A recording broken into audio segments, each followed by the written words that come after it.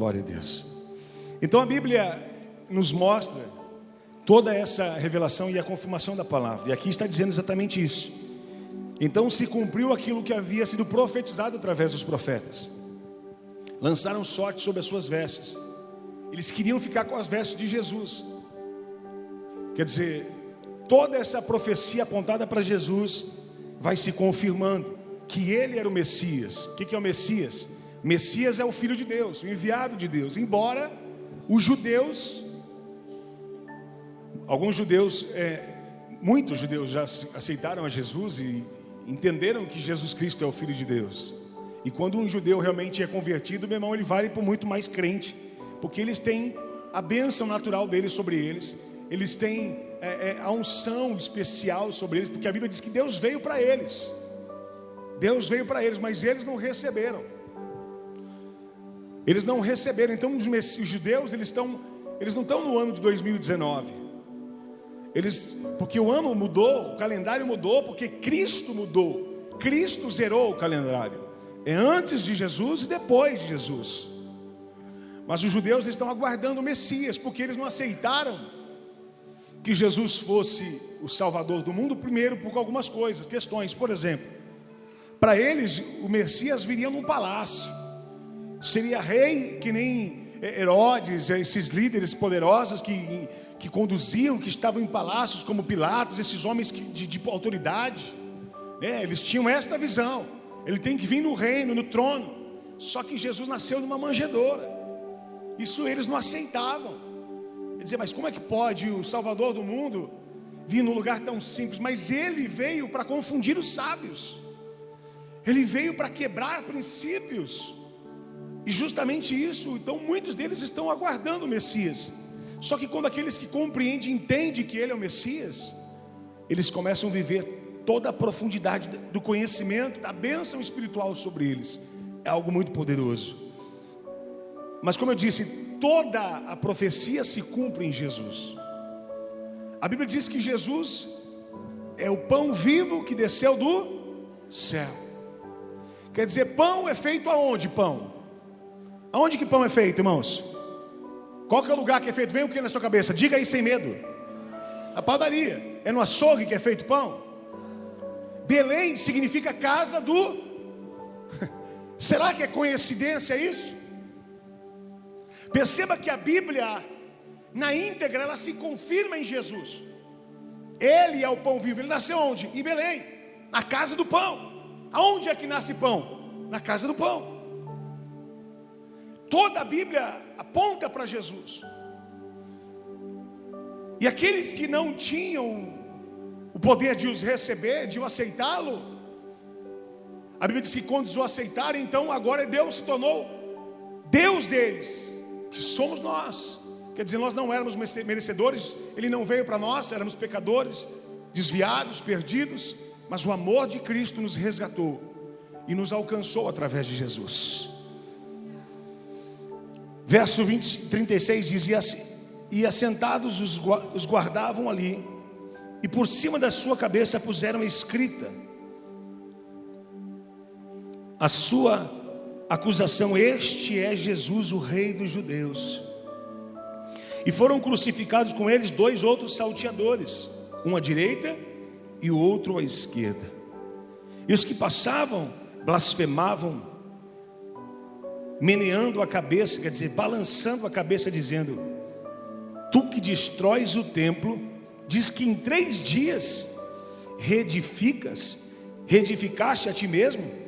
Se és o Filho de Deus, desce dessa cruz.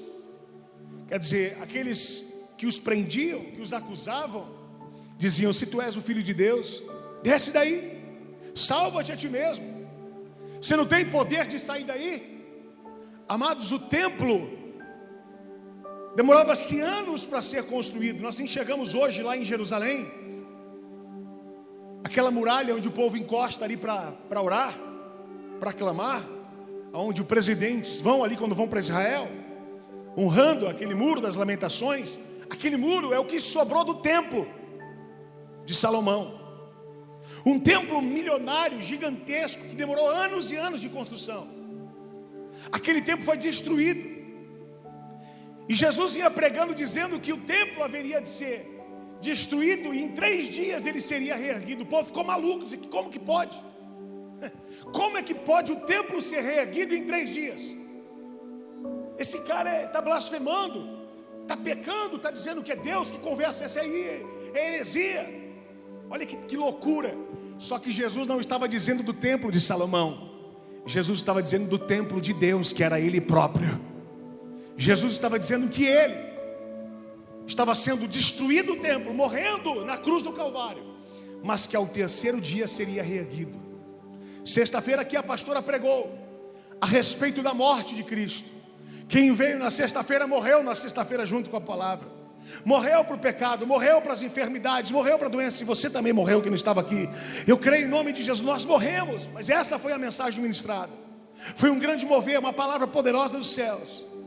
Porque na sexta-feira foi quando Jesus morreu por nós. E era sexta-feira esse dia. Jesus foi erguido e todos estavam ali olhando, meneando a cabeça, chacoalhando, dizendo: o que esse cara está fazendo aí? Esse cara é um louco, xarope. Zombaram de Jesus. Mas escute, a Bíblia diz que Ele na cruz, Ele ainda manifesta o amor. Porque Jesus, Ele não tem amor, Ele é o próprio amor.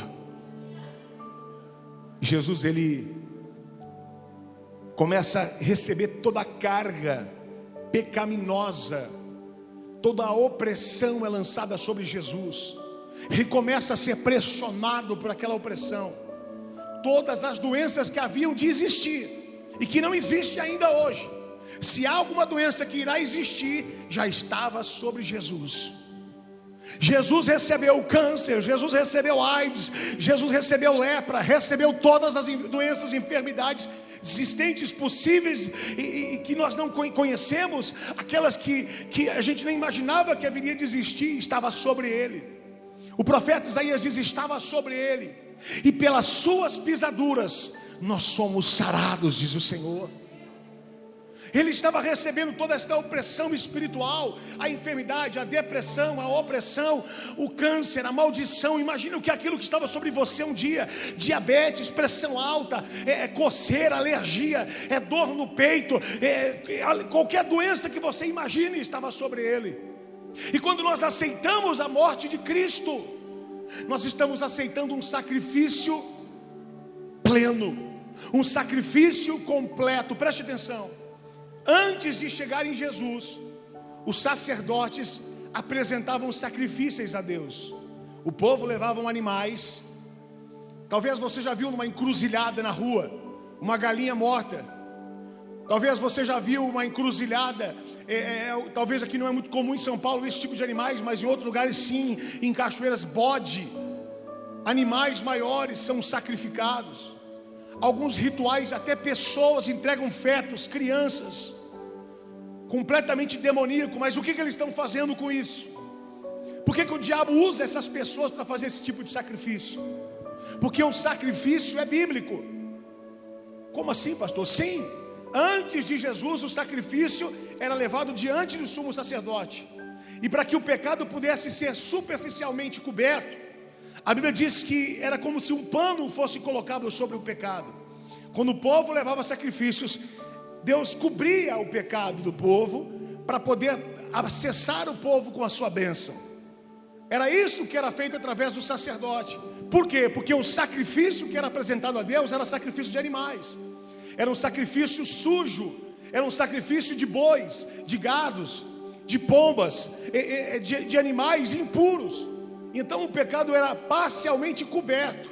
Mas a Bíblia diz que haveria de ter um sacrifício único e o último sacrifício que pagaria toda a nossa dívida, que todo o pecado seria perdoado de uma vez por todas. Haveria de ser feito esse sacrifício.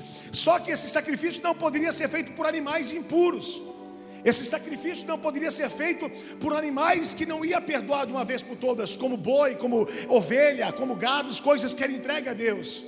Esse sacrifício precisava ser de um cordeiro imaculado, sem mancha, sem ruga, sem contaminação. Ele precisava ser apresentado a Deus um sacrifício de verdade, para que o pecado fosse apagado de verdade, não coberto, não escondido, não a sujeira debaixo do tapete. Antigamente era assim, era como se um tapete cobrisse a sujeira, mas ela estava lá. Para quê? Para o povo ter acesso a Shekinah, a presença de Deus. Então cobria-se o pecado. Mas a Bíblia diz que aquilo ali era sombra, estava apontando para Cristo, até que Jesus pudesse morrer na cruz, como um cordeiro único verdadeiro. Porque a Bíblia diz que o pecado entrou no mundo através de um homem. O pecado entrou através de um homem. Através de Adão e Eva, entra-se o pecado no mundo pela desobediência. E a Bíblia diz que precisaria se levantar um último Adão, que haveria de sacrificar por nós morrendo na cruz, para apagar aquele pecado que por um homem entrou. Agora por um homem ele seria estipado e expulso em nome de Jesus. O último Adão veio até nós, e o nome dele é Jesus Cristo de Nazaré. Quando Jesus ele vai para a cruz, ele está sendo apresentado como o próprio sacrifício vivo, como ovelha muda ao matadouro. Mas agora não era um animal impuro, agora não era uma oferta suja, não era uma oferta contaminada, agora era o Cordeiro Santo de Deus que estava sendo sacrificado. Então quando Jesus é sacrificado, o cordeiro que não pecou, o sacrifício perfeito, o pecado agora não foi coberto, o pecado agora foi desfeito pelo poder do sangue de Jesus Cristo. Quer dizer que não existe mais pecado, pastor? Existe, mas para aqueles que aceitam a Cristo, morrem para o pecado e vivem para Cristo, e através de Jesus você é justificado. Através de Jesus você é lavado, através de Jesus você é transformado. Se você entrou aqui hoje com pecados, com palavras torpes, com pensamentos perversos, com situações que você cometeu e erros que você não consegue se perdoar, e diz: meu Deus, nem Deus vai me perdoar. O Senhor diz que através do sacrifício de Jesus, hoje Ele justifica você, hoje Ele perdoa você, hoje Ele restaura você, hoje Ele transforma você, não cobrindo, mas fazendo você branco como a pura lã, branco como a neve, alvo como a neve. O Senhor te justifica nessa manhã. Preste atenção, só que ainda hoje enxergamos sacrifícios e encruzilhadas. Por quê? Porque o diabo, ele quer desvalidar o sacrifício de Jesus. Ele quer dizer: aquilo que Jesus fez na cruz não valeu nada, vamos continuar sacrificando. Só que o sacrifício único e último foi feito em Cristo. E quem tem Jesus e crê no poder da sua palavra, não mais sacrifica, não mais sobe escada de joelho pagando promessa, não mais fica pagando penitência e dizendo: olha, eu pequei, eu agora vou confessar, eu vou lá para a Aparecida de joelho contar quantos tijolinhos tem lá. Não adianta nada disso. Hoje não funciona mais nenhum sacrifício. Hoje não adianta você vir se chicoteando dizendo: olha, eu pequei, eu estou me lamentando e pedindo perdão. Não, isso é pecado. Se você faz isso hoje, você está pecando, porque tudo que tira a glória de Deus é pecado. Escute, a obra de Cristo, ela foi perfeita. A obra de Cristo, ela foi redentora. Ah, meu irmão, o Cristo não é aquele do Rio de Janeiro, não. O Cristo é aquele que a nação e o mundo conhece. Esse é o nosso Redentor. Esse é aquele que nos justifica. O nosso Cristo não é de pedra, o nosso Cristo não é de metal, nem de ouro, nem de pedra preciosa, porque esse Cristo, ainda que bonito é, ainda que uma estátua aponta para ele, eu digo bonito, legal, interessante, é muito lindo, mas eu vou dizer que o meu Cristo é muito mais lindo do que esse, porque se esse Cristo não tiver manutenção, amanhã já não existe mais. Se esses Cristos de metal, de pedra, de bronze, não tiver alguém que limpa, que cuida, eles amanhã estão sujos e encardidos. Este Cristo de metal precisa de luz, este Cristo de pedra precisa de vela, precisa de luz externa. Mas o meu e o seu Cristo, Ele é a luz do mundo, Ele é a própria luz, Ele é quem nos sustenta. Não é nós que limpamos, é Ele que nos limpa, é Ele que nos justifica, é Ele que nos cura, é Ele que nos sustenta. Não é você que carrega Ele, é Ele que te carrega nessa manhã. Essa é a diferença de um Jesus que nos sustenta.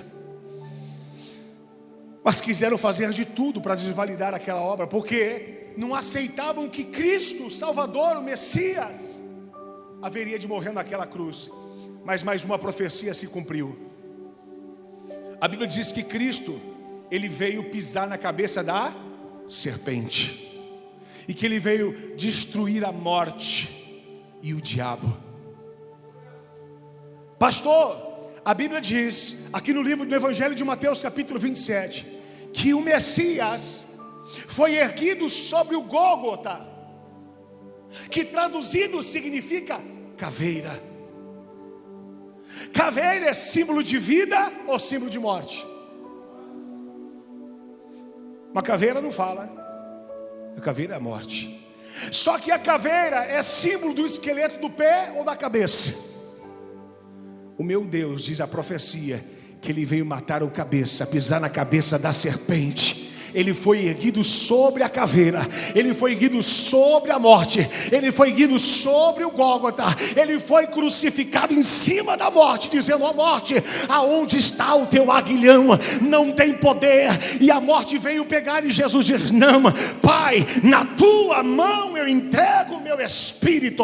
Deus não entregou o espírito para a morte não acessou, a morte não tomou, mas ele venceu a morte, ele venceu a morte, ele aniquilou a morte. Aleluia. E foram crucificados com eles 2 salteadores, no verso 38 diz, um à direita e o outro à esquerda. Por que foi crucificado 2? A Bíblia diz que aquela cruz que Jesus foi crucificado, ela fora feita para Barrabás. Preste atenção, a cruz que Jesus foi crucificado, ela fora feita para Barrabás. Preste atenção nessa revelação. Todo criminoso tinha um direito. Todo criminoso tinha um direito. Para ser didático, olha para o seu irmão e diga: todo criminoso tinha um direito. O direito era que a cruz fosse confeccionada especificamente para o tamanho dele. O que é isso, pastor? Isso é melhor? É melhor. Mas o cara vai morrer, mas o sofrimento é menor. A cruz sendo confeccionada do seu tamanho significa que a cruz tem as suas medidas. Significa que você não vai ser esticado. Significa que você não vai suportar um peso além do que você pode, porque a cruz, ela tem o seu tamanho. Uma cruz maior, o peso é maior. E a cruz de Barrabás era maior do que Jesus, porque Barrabás ele era maior no sentido físico. A Bíblia diz que o seu corpo foi esticado, porque aquela cruz existia um espaço onde o cravo era colocado. Já com a passagem daquele cravo, que a mão em original hebraico não é esta parte. A mão ela vem da ponta do dedo até o cotovelo. Esta parte é mão. Ele foi crucificado justamente numa junta onde não pudesse ser rompido a sua mão. Ele foi crucificado na mão.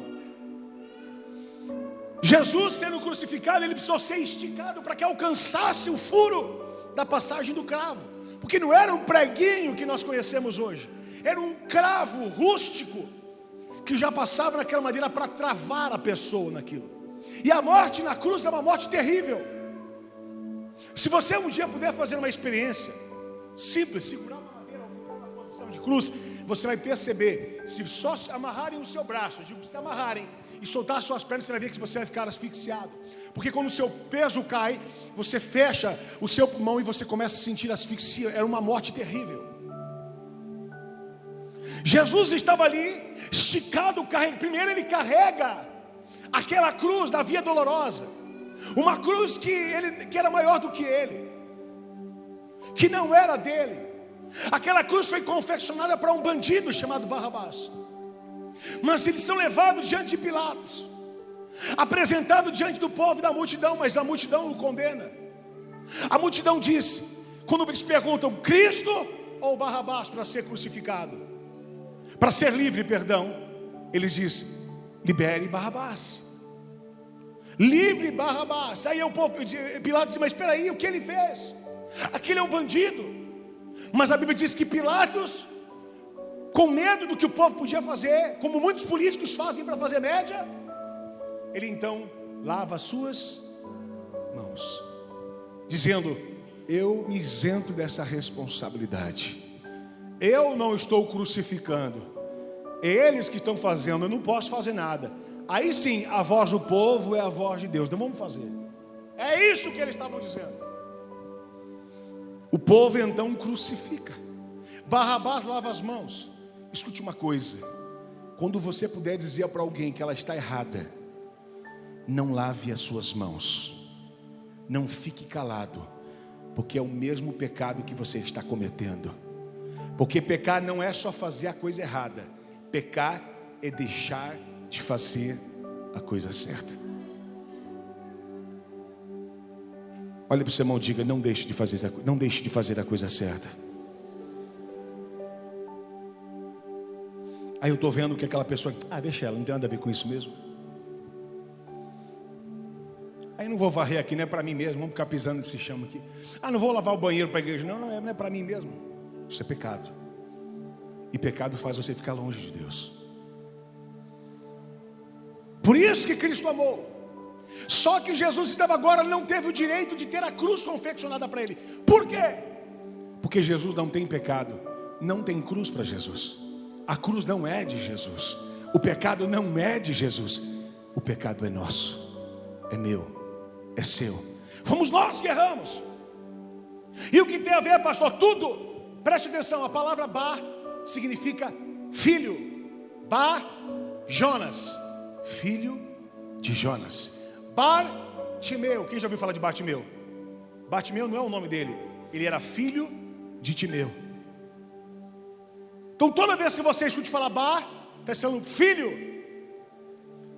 Estava sendo crucificado em uma cruz feita para ele, para Barrabás. Barrabás, porque fica Barrabás porque o eco da continuidade é o nome, mas o nome dele era Abas. O que significa Abba? Pai. E Bar, filho. Filho do pai. Barrabás. Barrabás estava sendo ele crucificado e aquela cruz era para ele. Para quem era a cruz? Para o filho do pai. Quem é filho do pai? Levante a mão assim.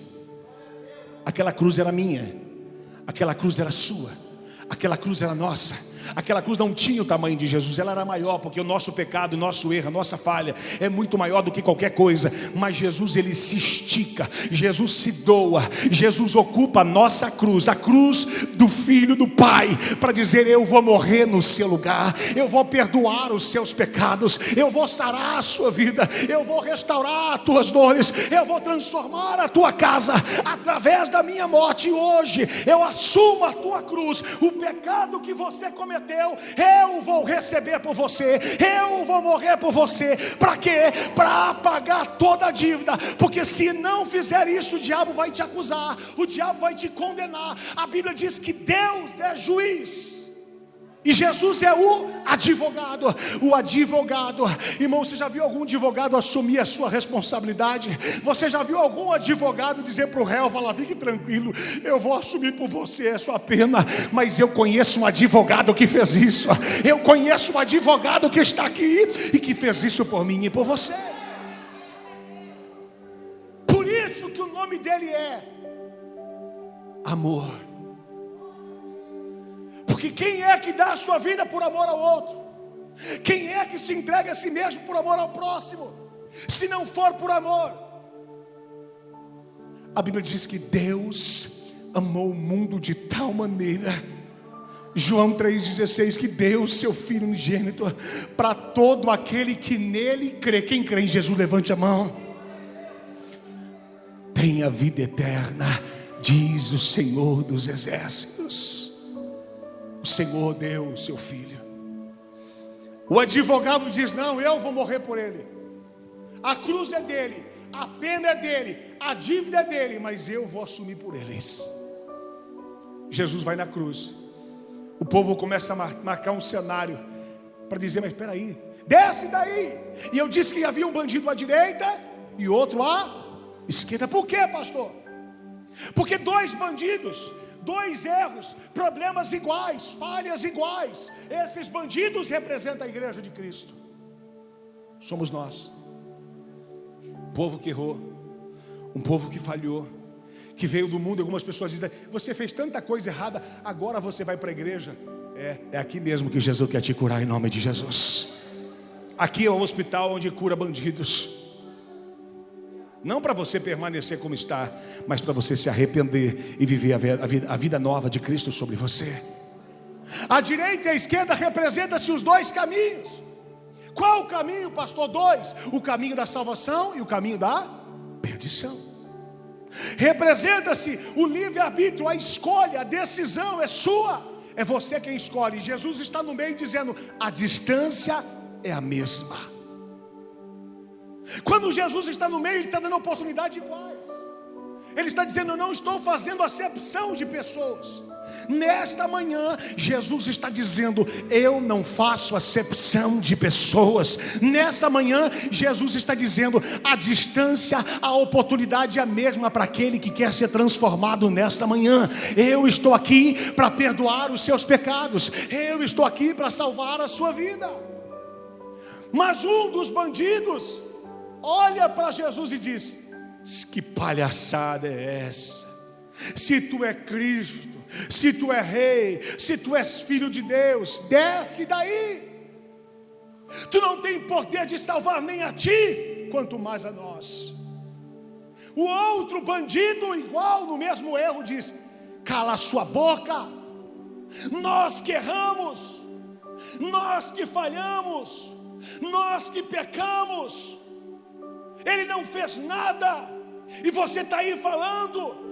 Fecha a sua boca. Você conhece esse tipo de crente que vai para a igreja e começa a acusar a Deus, dizendo: se Deus fosse na minha vida, eu não tinha perdido minha mãe, eu não tinha perdido meu pai. Escute uma coisa: no mesmo dia em que você está no velório vendo alguém dizendo: olha, se Deus fosse bom, eu não estaria nesse velório, no mesmo dia a mãe da maternidade está dizendo: Deus, obrigado porque tu és bom, obrigado porque tu és tremendo, obrigado porque tu está cuidando de tudo. Quer dizer, a gente só sabe agradar a Deus quando nós entendemos que tudo está perfeitamente bem.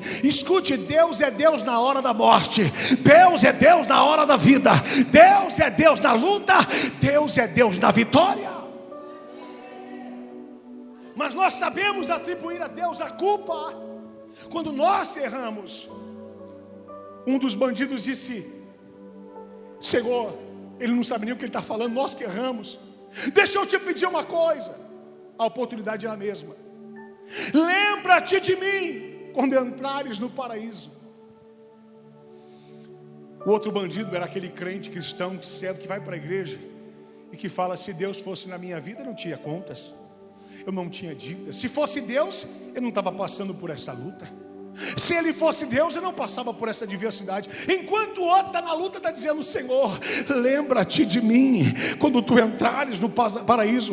Jesus olha para ele e diz: hoje mesmo estarás comigo no paraíso.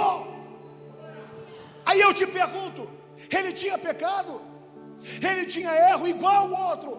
A diferença é de quem aceita a Cristo como Senhor e Salvador da sua vida. A diferença é de quem reconhece Ele como Deus. A diferença é que quem entende que a obra redentora da cruz é uma obra que nos remiu, que nos perdoou, que nos justificou e que transformou a nossa vida. O que Deus disse para mim aqui hoje é para dizer para você que o resumo desta mensagem é uma só palavra. É uma só palavra que Deus vai fazer você entender o porquê é que você está aqui. E Jesus estava passando todo esse processo. Preste atenção. Eu não passei, eu resumi, eu não fui para o Getsemane. Eu não compartilhei quando os discípulos largaram a Jesus. Eu não disse quando Jesus foi perseguido por Herodes, quando era criança, quando no ventre da sua mãe, ele tinha que fugir, Maria e José ir para cada lado fugindo, porque se fossem pegos mataria. Eu não contei para você a perseguição que Jesus sofreu desde a sua infância. Eu não disse a história de Jesus desde que nasceu até os seus 33 anos. Eu só estou falando da passagem do Gólgota. Eu não disse quando ele estava no Getsemane, sendo moído pela moinha como azeitona. azeitona é esmagado porque ele é o produto da oliveira, e o suco dele é o Espírito Santo, que é o azeite, a unção. Ele estava sendo esmagado, dilacerado, quando ao menos ele pede para os seus discípulos e amigos, dizendo: fiquem apenas acordados, porque eu estou em depressão, eu estou angustiado até a morte, eu não estou suportando o que eu estou passando. Se você pensa que só você passa por agonia, por depressão, por dor, por vontade de desistir, Jesus diz: Pai, se possível afasta de mim esse cálice, se possível acaba com esta dor, se possível desfaça tudo, não estou aguentando mais, eu não estou suportando, eu não sei para onde eu vou, o que eu faço, está difícil. Pai, pelo amor de Deus, me ajude. Era esta a oração de Jesus, mas ele não para nessa oração, ele continua: mas seja feita a tua vontade sobre a minha vida. E o pai olhando para ele, vendo essa oração, eu imagino que o pai lá no céu também chora com o filho, também geme, e ele fala, imagino que o pai não responde na Bíblia neste momento, mas o pai imagina dizendo: filho, eu não posso impedir este momento, eu não posso impedir, é necessário que você passe por isso, é necessário para que se cumpra a palavra, é necessário para que se cumpra a profecia. E Jesus diz: pai, se possível afasta, não estou aguentando, não estou suportando, não sei para onde eu vou, não sei o que eu devo fazer. E o pai chorando lá no céu, dizendo: filho, talvez aguente, suporte, vai passar. Por quê? Por que eu estou passando por isso? Porque o pai já sabia que no momento do Gólgota, quando ele morresse e ao terceiro dia ele ressuscitasse, o seu nome seria erguido sobre todo nome, o seu nome seria exaltado.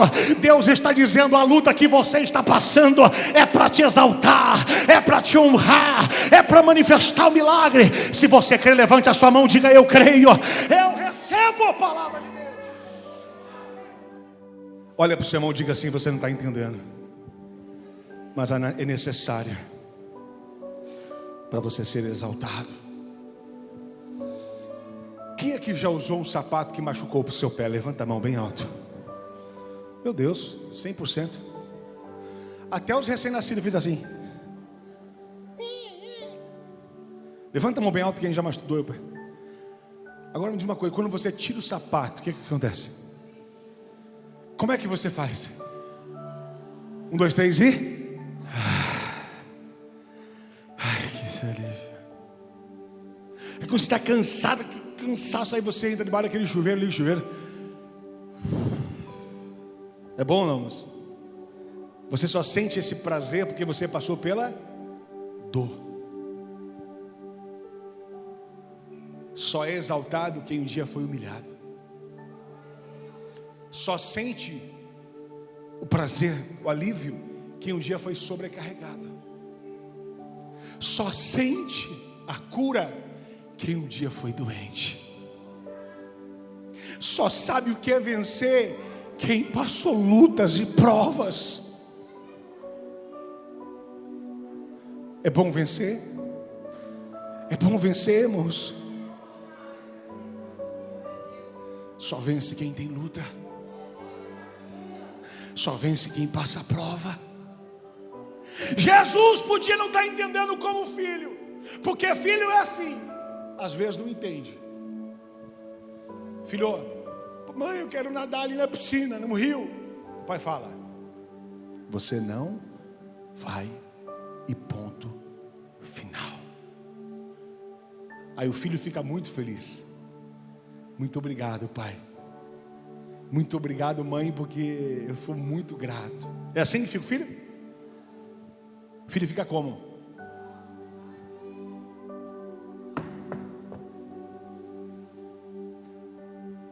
Olha para o seu irmão e diga: você é filho. E você não está entendendo o não do pai, mas ele está te livrando de você morrer afogado. Você não está entendendo o não de Deus, mas Ele está preparando um sim desse tamanho para você.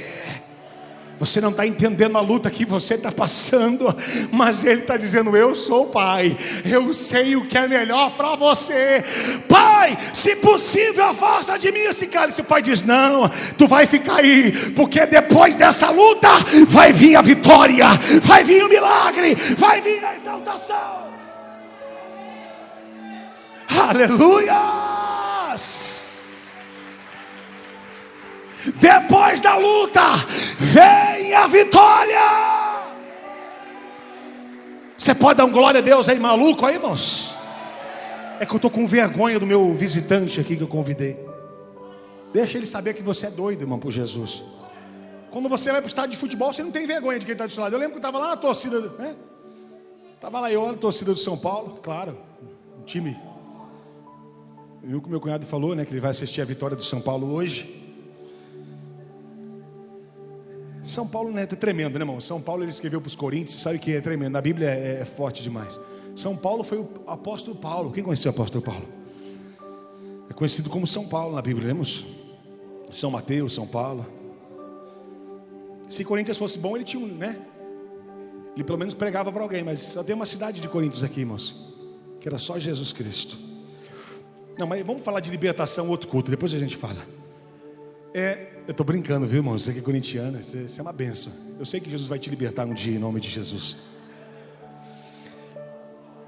Os irmãos estão glória.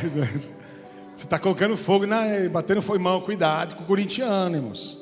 Esse povo é abençoado, irmãos. Ô, abençoa. Eu até me perdi o raciocínio onde eu estava, irmãos. Eu estava lá no estádio. Aí tinha um cara com o pé quebrado na torcida. Fomos parar no meio da torcida lá, organizada. Chegamos lá. Eu já era crente, viu, irmão? Pastor já. Ô, pastor, você foi pro estádio? Fui. Lá vai no estádio, daqui a pouco eu não estou. Meu Deus, o que eu estou fazendo aqui, gente? De repente um cara tinha uma bandeira atravessada do lado da torcida, aquelas cercas, não dá para ver do outro lado. Só que era a torcida única. Era a torcida do São Paulo, tinha cerca, bandeira que fechava toda a lateral, mas não dava para ver do outro lado. Quer dizer, para dar as coordenadas para a torcida do lado, tinha que ir por cima daquela arquibancada. Não tinha um cara que, desde a hora que eu cheguei no estádio, os dois tempos, com a perna quebrada, ficou em cima do alambrado, passando a coordenada para o outro lado, com um gesto na perna e eu lá no meio, estava quieto. Eu e um amigo meu estávamos lá. Daqui a pouco a torcida com a bandeira.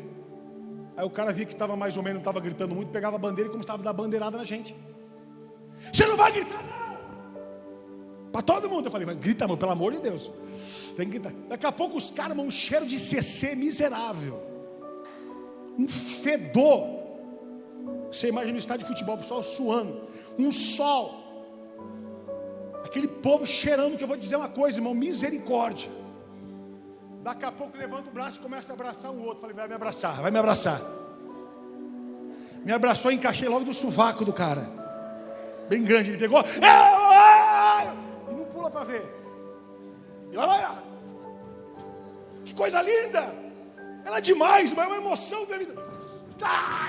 Aquele cheiro de misericórdia, sem ter misericórdia, Jesus. Mas afinal, era um jogo de futebol. Qual o mal? Você pular, gritar no estádio com uma bola rolando. É normal isso, a gente nasceu para gritar com uma bola rolando. Qual loucura isso? É legal. Mas por que quando você vem na igreja você tem que ficar em silêncio? Você sabe que o time que você foi escalado não é o São Paulo, não é o Corinthians, não é o Palmeiras que não tem mundial, mas não é ninguém. O seu time é o time que não perde. O seu Deus é aquele que venceu a morte. Ele não empata, Ele não chega atrasado. Ele é mais, você é mais que vencedor. Abre a sua boca e faça festa para Ele.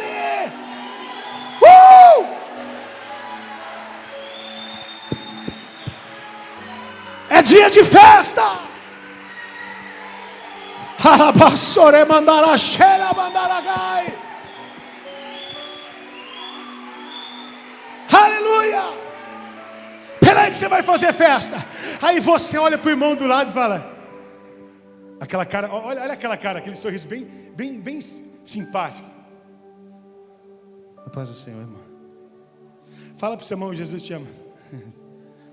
Não, afinal você está na igreja, né? Se fosse no estádio, você já abraçava e enfiava o sovaco na cara dele. E eu vou dizer, é só minha. para a direita,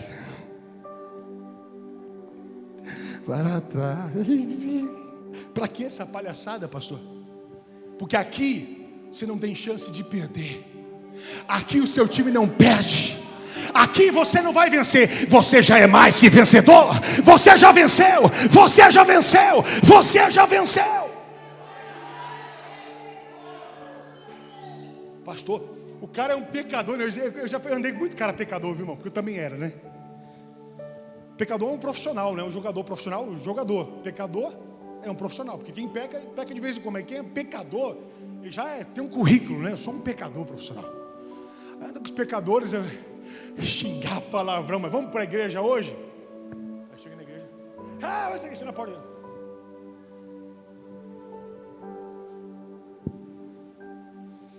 Reverência, filhos, estamos na igreja.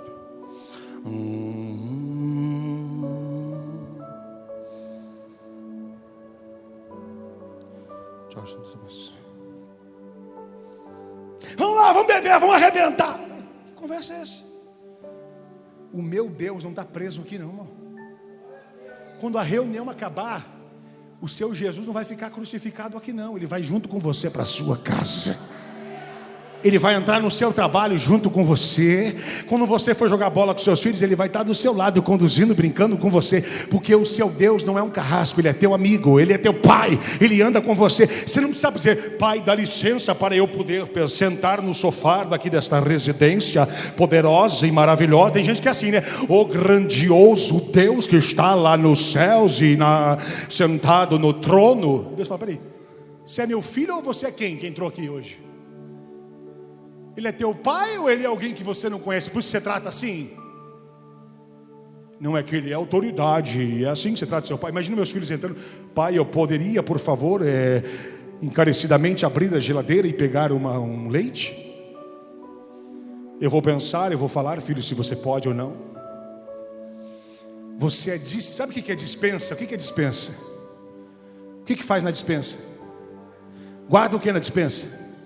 Qualquer um tem acesso à sua dispensa? Qualquer um tem acesso à sua dispensa, sim ou não? Qualquer vizinho entra na sua dispensa e mexe, sim ou não? Quem mexe na dispensa, quem quer? Quem é de casa. A Bíblia diz que você é dispenseiro dos mistérios de Deus. Você tem acesso à dispensa de Deus a hora que você quiser. Pode entrar lá e pega o que você está precisando, porque você é dispenseiro do mistério de Deus. Acessa, porque você é filho, você é filha, você é amado e amada de Deus. Eu vou encerrar. Daqui a pouco a gente vai se abraçar com o sovaco suado e vamos pular para tudo que é lado.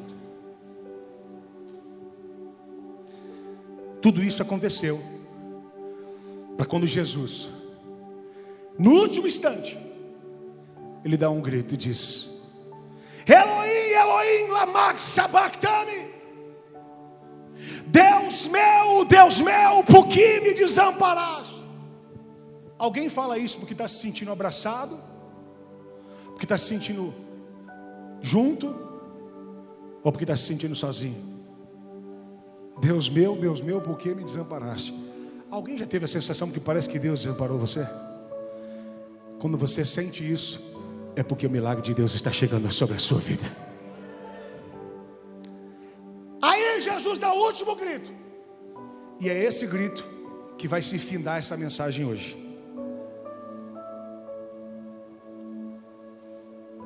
Jesus gosta de gritar: Lázaro, vem para fora. A voz de Deus é como uma voz de multidões, de muitas águas.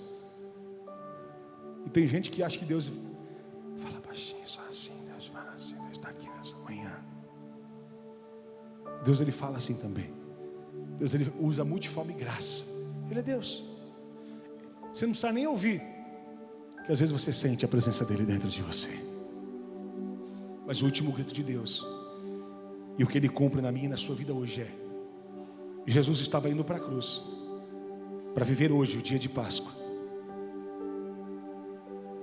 Ele grita: está consumado. Sabe o que é isso? Ele diz: está pago. Eu paguei a sua dívida. Eu paguei os seus pecados, eu paguei as dificuldades, eu paguei as acusações, eu paguei tudo aquilo que você devia. Jesus diz para você: está consumado. Nessa manhã, Jesus diz: eu paguei, é o que tem toda acusação. Não existe mais dívida.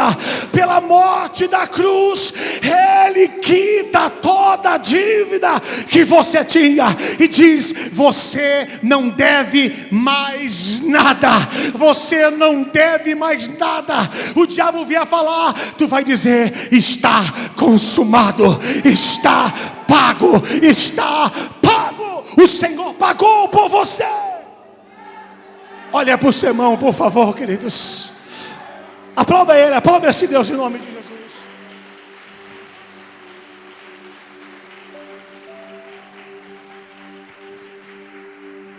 Olha para o seu irmão, diga: não existe mais nada que te condene. Jesus pagou as suas dívidas, apagou as suas dívidas. Ele cravou na cruz e disse: está pago. Quando ele faz isso, a morte vem em cima dele. Ele diz: aqui não, Pai, na tua mão eu entrego o meu espírito. E morre. Isso foi na sexta-feira.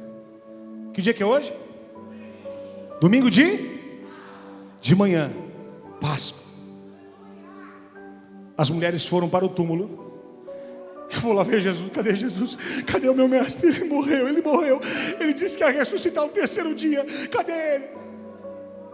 Quando elas desceram do túmulo, Jesus não estava mais lá. Elas ficaram tristes, dizendo: roubaram o corpo do meu mestre. E saíram no meio do jardim, diante do cemitério. Diante do túmulo tinha um cemitério ali. Elas saíram tristes, dizendo: roubaram o meu Jesus.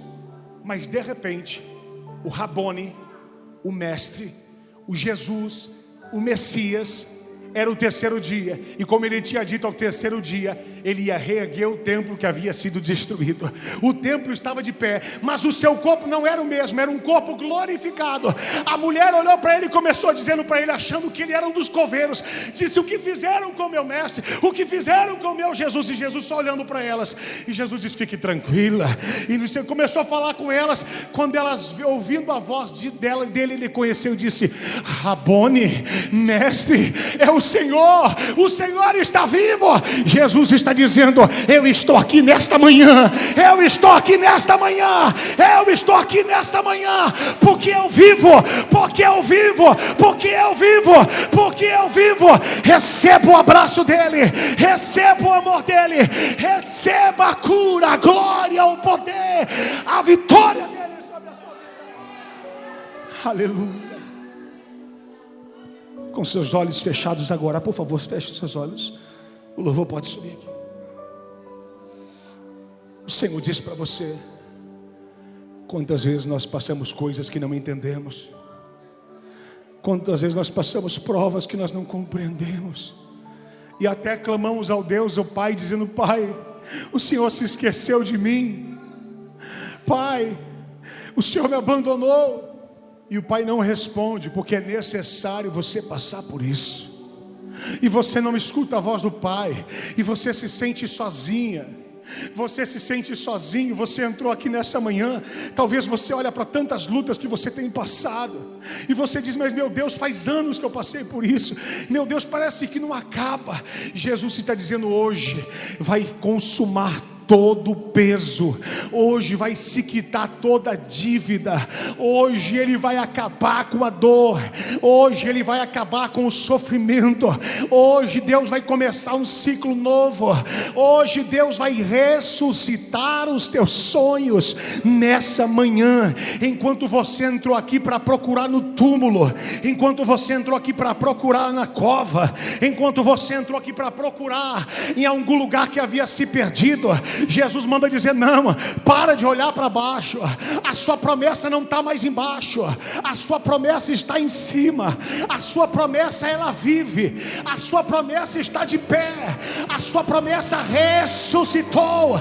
Jesus diz para você: eu te trouxe aqui nesta manhã para arrancar as doenças que te assolam, para curar a sua casa, para curar a sua família, para curar a tua história, para curar o teu coração, para curar a tua alma, para curar o teu espírito.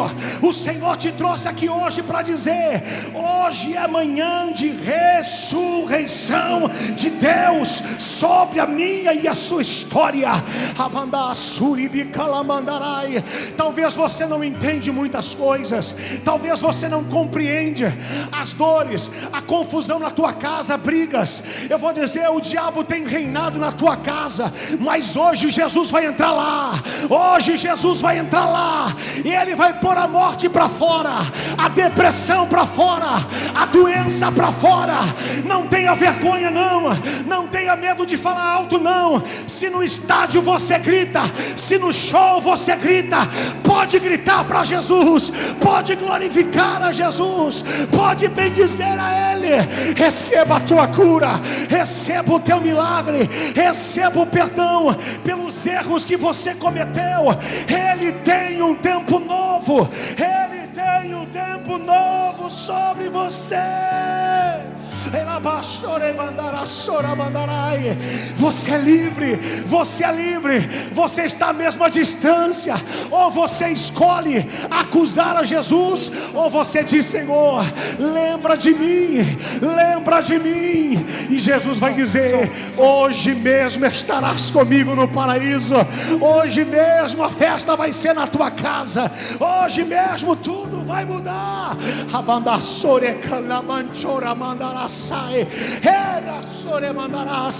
Você veio para a festa, você veio para a festa.